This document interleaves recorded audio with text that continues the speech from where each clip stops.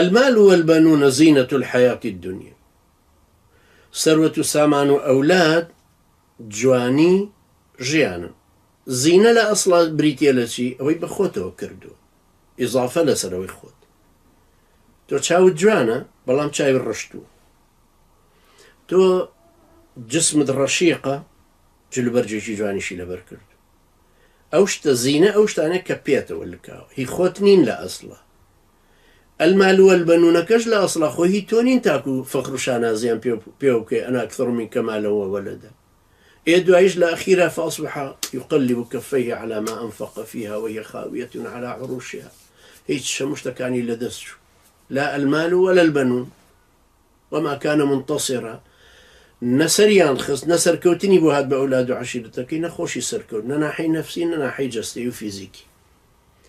أمش المال والبنون زينة سرت سامانك خراوة بردستي تود بلام هي أوني افتخار كي بلود برزي وبسر خلشي تري فقير.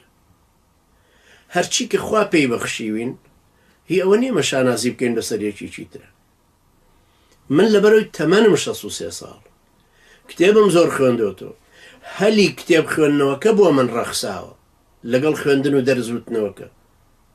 ئەم هەلانە بۆ ئێوە بڕەخسێسە بۆ هەر کەسێک تەمەنی لە من کەمتر بە بۆی بڕەخسێ لە من مهمتر دەرەچێ، نەک مهم لە من زاناتر دەرەچێ. خۆ لە من مهمە نەزانە، بەڵام ئەو لە من چاکتر دەرەچێ، خوێنەوارتر دەرەچێ، ڕۆشنبیرتر دەرەچێ. بۆ چونکە ئەو ئێستا مەجای ئەلکترۆناتی لەبەردەستایە. ئێمە ئەو زەمانە بە هەموو گەڕەکەکەمان کتێوێکی ژیانی پێغەمبەری مەزنمان کڕی مامۆستا عەبدولعەزیزی پارێزانی ڕەحمەتی خوای لێبێ.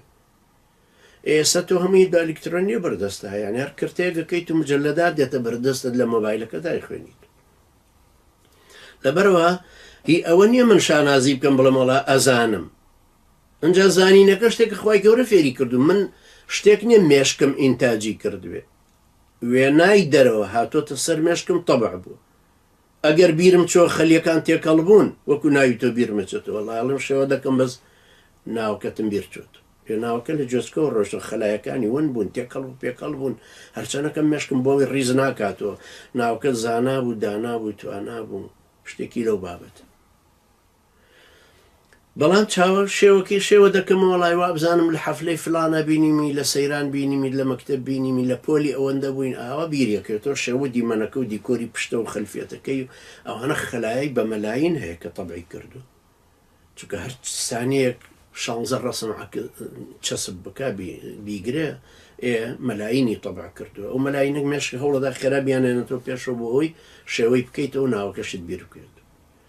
ئەمە لە زیادە هاتۆتە سەر ئێسەرەوە تۆ سامانەکە ژوایە، بەڵێ تۆ ڕەنجت داوە، یخۆ هەیە وەکو تۆش ڕەنجی داوە. تۆ قاچاقچیت خەڵچکە وەکو تۆ، خەڵک تۆ کۆڵبەری خەڵچکەش کۆڵبەرە بۆ ئەیبینی هەزاران داماوە، هەزاران کۆڵبەری داماوە. بۆ ئەمیان دەوڵەمەند بۆیش فەقیر.